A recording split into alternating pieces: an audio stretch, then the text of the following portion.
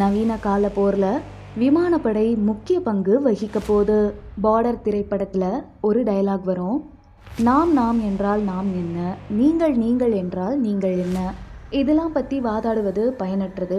ஏன் அப்படின்னா ஒரு இராணுவத்தை பொறுத்த வரைக்கும் 3 படைகளும் மிக முக்கியமானவை. ஆனால் எந்த நாட்டில் சிறந்த விமானப்படை இருக்குதோ அந்த நாடு தன் எதிரிக்கு எதிராக தாக்குதல் நடத்துறது ரொம்ப ஈஸியாக இருக்கும். இப்போதைக்கு இந்தியா அண்ட் பாகிஸ்தான் பற்றி தான் பேச போகிறோம். மேலும் ஓரளவுக்கு நாமளே விமர்சனம் செய்ய போகிறோம். அது மட்டும் இல்லாமல் எது முக்கியமானது என்பதை பற்றியும் பேச போகிறோம்.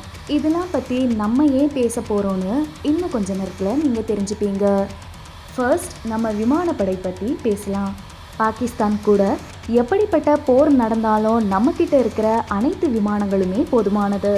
ஆனால் இதே மாதிரி சீனா கூட சண்டை போட்டோம்னா நமக்கு பிரச்சனைகள் வரலாம். ஏன் அப்படின்னா இந்தியாவோட கம்பேர் பண்ணும்போது சீன விமானப்படை மிகவும் சக்தி வாய்ந்ததாக இருக்குது. இதை எதிர்கொள்வது இந்தியாவுக்கு மிகவும் கடினமாக இருக்கும். ஆனால் இப்போதைக்கு பாகிஸ்தான் விமானப்படைக்கு எதிராக இந்தியா வச்சிருக்கிற வான்மேலாதிக்கம் அதுவும் நீண்ட காலம் நீடிக்க போறதில்ல. ஏனென்றால் 5வது தலைமுறை போர் விமானங்கள் இந்தியாவுக்கு வர்றதுக்குள்ள அதைவிட வெகு முன்னதாகவே பாகிஸ்தானால் அவற்றை வாங்க முடியும். இது பாகிஸ்தானுக்கு மிகவும் கடினமாக இருக்கும். 5வது தலைமுறை போர் விமானத்தை தங்கள் நிதி நிலையில் வாங்குகின்றனர். என்னதான் இந்தியாவை விட பாகிஸ்தான் மிக குறைவான பாதுகாப்பு பட்ஜெட்டை கொண்டிருந்தாலும் தொடர்ந்து நிதி நெருக்கடியை எதிர்கொண்ட போதிலும் பாகிஸ்தான் எப்பவுமே தனது பாதுகாப்பு படைகளை இந்தியாவுக்கு எதிராக சமமாக வைத்திருக்க முயற்சிக்கிறது. எப்படி இந்தியா கிட்ட இருந்து ரஃபேல் போர் விமானங்களும் மீட்டியார் விமானங்களும் வாங்கப்பட்டது மாதிரி J-10C மற்றும் PL-15 ஏவுகணைகளை பாகிஸ்தான் உடனடியாக சீனா கிட்ட இருந்து வாங்கியது. இந்த விமானங்களை வாங்கும்போது பாகிஸ்தானோட பொருளாதார நிலை ரொம்பவும் மோசமாக இருந்தது. இருந்தாலும் இந்த விமானங்களை பாகிஸ்தான் வாங்கிச்சு. எனவே 5வது தலைமுறை போர் விமானத்தை பாகிஸ்தானால் வாங்க முடியாது என்று கூற முடியாது. உலகம் முழுவதும் பிச்சை எடுத்தேனும் பாகிஸ்தான் தனது பாதுகாப்பு தேவைகளை முதலில் பூர்த்தி செய்கிறது. மேலும் இந்தியாவுடன் அதிகார சமநிலையை வைத்திருக்க முயற்சிக்கிறது. மேலும் இதில் சில குறிப்பிட்ட நாடுகளும் தங்கள் தனிப்பட்ட நலன்களுக்காக பாகிஸ்தானுக்கு உதவுகின்றன. 1 மாதம் அல்லது 2 மாதங்களுக்கு முன்னாடி துருக்கியில் 5வது தலைமுறை போர் விமான திட்டத்தில் பாகிஸ்தானை ஈடுபடுத்த பாகிஸ்தான் முயற்சிக்கிறது. இதை பற்றின பேச்சுவார்த்தைகள் பாகிஸ்தான் மற்றும் துருக்கியின் இடையே நீண்ட காலமாக நடந்து கொண்டிருந்தது. பாகிஸ்தானை தனது கூட்டு வளர்ச்சி மற்றும் உற்பத்தி பங்காளியாக சேர்க்க துருக்கி திட்டமிட்டுள்ளது. இதில் துருக்கி உருவாக்கி வரும் 5வது தலைமுறை போர் விமானத்தை பாகிஸ்தானில் தயாரிக்கலாம் என்று துருக்கி கேட்டுக்கொண்டதுக்கு இணங்க பாகிஸ்தானும் இதில் பாசிட்டிவாக ஆர்வம் காட்டி வருகிறது. சமீபத்தில் ஜூலை 29 அன்று பாகிஸ்தானுக்கும் துருக்கிக்கும் இடையே ஒரு ஒப்பந்தம் கையெழுத்தானது. இது மட்டும் இல்லாமல் அசர்பைஜானும் இந்த திட்டத்தில் ஈடுபட்டிருக்கிறது தெரிய வந்திருக்குது. மறுபுறம் பார்த்தீங்கன்னா சீனா ஒன்றை அறிவித்தது.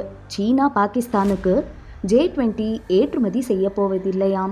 மேலும் பாகிஸ்தானின் சொந்த திட்டமான 5வது தலைமுறை போர் ஜெட் மேம்பாட்டு திட்டம், அதாவது ப்ராஜெக்ட் அசாம் பற்றி பேசினா அதுக்கான வளர்ச்சி இன்னும் இதுவரை செய்யப்படவில்லையாம்.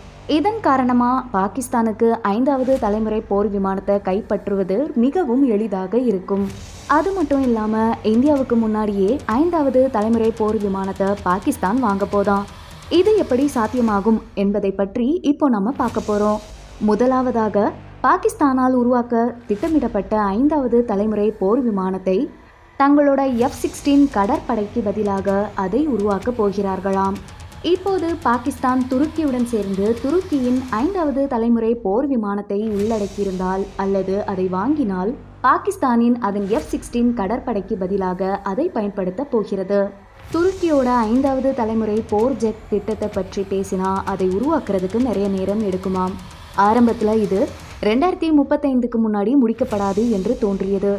ஏன் அப்படின்னா அதனோட முதல் சோதனை விமானம் டிசம்பர் 2028 செய்ய திட்டமிடப்பட்டது. அதாவது 2029ஆம் ஆண்டுக்குள்ள இந்த திட்டம் முடிஞ்சிடும் அப்படின்னு சொல்லிட்டு திட்டமிடப்பட்டது. அதுக்கப்புறம் அந்த விமானத்தோட வளர்ச்சி சோதனைகள் எல்லாமே முடிஞ்சப்புறம் உற்பத்தியில நுழைவதற்கு இன்னும் 4 முதல் 5 ஆண்டுகள் ஆகுமாம். மேலும் 2035ஆம் ஆண்டிற்குள் துருக்கி அதை தனது விமானப்படையில் சேர்க்க திட்டமிட்டுள்ளது. ஒருவேளை அதை இன்னும் பாகிஸ்தான் வாங்க முயற்சித்தால் அது பாகிஸ்தானுக்கு வழங்குவதற்கு 2035 முதல் 2040 வரை நேரம் எடுக்குமாம். அதுக்குள்ள இந்தியாவிலிருந்து ஒரு நல்ல அளவு MK2 சேர்க்கப்பட்டிருக்கும். ஏன்னா 2030 மற்றும் 2032 ஆண்டுக்கு இடையில் MK1 வேரியன்ட் கூட MK2வும் சேர்க்க போகிறோம். இதில் வருத்தமான விஷயம் என்னன்னா, நமது வளர்ச்சி காலக்கெடு மீண்டும் மீண்டும் பின்னோக்கி செல்கிறது. ஏன் அப்படி சொன்னாங்கன்னா, 2028க்குள்ள MK1 MK2 கூட சர்வீஸ்க்கு வந்துரும்னு சொல்லியிருந்தாங்க. ஆனால் இப்போ 2 முதல் 4 ஆண்டுகள் பின்தங்கியிருக்கிறது. இப்போ அது 2030ஆக மாறிவிட்டது. இப்போ துருக்கி எடுத்துக்கிட்டோம் அப்படின்னா, அது தனது 5வது தலைமுறை போர் விமானத்தை மிக விரைவாக உருவாக்குகிறது. 2028ஆம் ஆண்டில் துருக்கி தனது 5வது தலைமுறை போர் விமானமான கான் சோதனை விமானத்தை செய்ய போகிறது என்று ஆரம்பத்தில் திட்டமிடப்பட்டது. இப்போ இந்த ஆண்டு டிசம்பரில் செய்ய போகிறார்களாம். அதாவது அட்டவணைக்கு சுமார் 5 ஆண்டுகளுக்கு முன்பு. அது டிசம்பர் 2023க்குள் சோதனை பயணத்திற்கு தயாராகிவிட்டது. நமது வளர்ச்சி காலக்கெடு எதிர் திசையில் செல்கிறது. எனவே இப்போ துருக்கியின் 5வது தலைமுறை போர் விமானம் 2023 டிசம்பரில் அதன் முதல் சோதனை பயணத்தை முடித்தால் அது டிசம்பர் 2028க்கு முன் உற்பத்தியில் நுழைய முடியும். துருக்கி இப்போ பாகிஸ்தானை அதன் இணை வளர்ச்சி மற்றும் உற்பத்தி முறையில் ஈடுபடுத்தியுள்ளது போலவே அதே நேரத்தில் பாகிஸ்தானால் அதன் சேவையில் அது உள்வாங்கப்படலாம். மேலும் தாமதம் ஏற்பட்டாலும் 2030க்குள் கான் போர் விமானத்தை பாகிஸ்தான் தனது சேவையில் சேர்த்து கொள்ள முடியும். இது பல ஃபேக்டர்ஸ் பொறுத்தது. இதுல நிதி நிலைமைகளை ஃபர்ஸ்ட் நம்ம கருத்தில் கொள்ளலாம். துருக்கி தனது 5வது தலைமுறை போர் விமானத்தை திட்டமிட்டதை விட 5 வருடங்களுக்கு முன்னதாகவே உருவாக்கினால் ஏன் நமது போர் விமானங்களை திட்டமிட்டபடி தயாரிக்க முடியாது என்பதுதான் நமது எண்ணமாக இருக்க வேண்டும். என்னதான் இருந்தாலும் AMCAயை அறிமுகப்படுத்துவதன் நன்மைகளை நாம பெறமாட்டோம். இப்போ வரைக்கும் இந்தியா கூட அதிகாரத்தை பாகிஸ்தான் சமன் செய்ய முயற்சிக்கிற மாதிரி பாகிஸ்தான் கூட அதிகாரத்தை சமநிலைப்படுத்த இந்தியா முயற்சிக்குது. இப்போ நாம ஒரு கால வரிசை பற்றி பேசலாம். அதாவது 2030ல் சீனாவில் J20s 500க்கு மேலே இருக்குமாம். மேலும் இதில் இருமுனை போர் நடந்துச்சுன்னா நாம தான் மிகவும் பாதிக்கப்படக்கூடிய நிலைக்கு வருவோமாம். ஏனென்றால் அப்போது நமது எதிரிகள் இருவருக்கும் காற்றில் தாக்கக்கூடிய விமானப்படைகள் மிகவும் சக்தி வாய்ந்ததாக இருக்குமாம். என்னதான் 270 சுக்கோய் மற்றும் 36 ரஃபேல் போர் விமானங்கள் மட்டுமே இருந்தாலுமே நம்மை காப்பாற்ற முடியாதாம். நம்மளோட விமானப்படையை விட பல மடங்கு பலம் வாய்ந்ததாக இருந்தும் சீனா நமது விமானப்படைக்கு பயப்படுவதற்கு இன்னும் மிகப்பெரிய காரணம் ஒன்று உள்ளது. இந்திய விமானப்படையுடன் நேரடியாக போருக்கு செல்ல சீனா ஏன் பயப்படுகிறது? இதற்கெல்லாம் காரணம் என்ன? இதெல்லாம் பற்றி தனியாக ஒரு வீடியோவில் பேசலாம். ஆனால் 2 முன்னணிகளை பொறுத்தவரையில் நாம் அங்கு பலவீனமாகவே இருப்போம். இப்போ இந்தியாவுக்கு இது மிகப்பெரிய கவலை அல்லது எச்சரிக்கையாக இருக்க போகிறது. இந்தியாவுக்கு முன் 5வது தலைமுறை போர் விமானத்தை பாகிஸ்தான் பெற்றால் அது அமைதியாக இருக்க போவதில்லை. எப்போதெல்லாம் பாகிஸ்தானுக்கு இப்படி ஒரு புதிய ஆயுதம் கிடைத்ததோ அல்லது இந்தியாவை விட சிறந்த ஆயுதம் கிடைத்ததோ அப்போதெல்லாம் அவர்கள் அதை முதலில் இந்தியா மீது பயன்படுத்துகிறார்கள். இதற்கென்று வரலாறே உள்ளது. மேலும் துருக்கியுடன் 5வது தலைமுறை போர் விமானம் நமக்கு முன் கிடைத்தால் கண்டிப்பாக முதலில் அதை இந்தியாவில் பயன்படுத்துவார்கள். ஏனென்றால் அப்போது நம்மிடம் 5வது தலைமுறை போர் விமானம் இருக்காது என்பதால் இறக்குமதி செய்யப்பட்ட 5வது தலைமுறை போர் விமானத்தை வாங்குவது பற்றி இன்னும் யோசிக்கவில்லையாம்.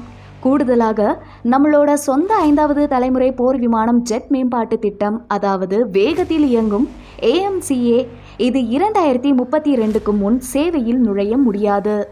என்னதான் 2032க்குள் AMCAயை எங்கள் சேவையில் சேர்க்க தொடங்கினாலும் 2 முதல் 3 ஆண்டுகள் வரை ஆகுமாம். அதுக்குள்ள பாகிஸ்தானிடம் குறைந்தபட்சம் 2 படைப்பிரிவு போர் விமானங்கள் இருக்கும்.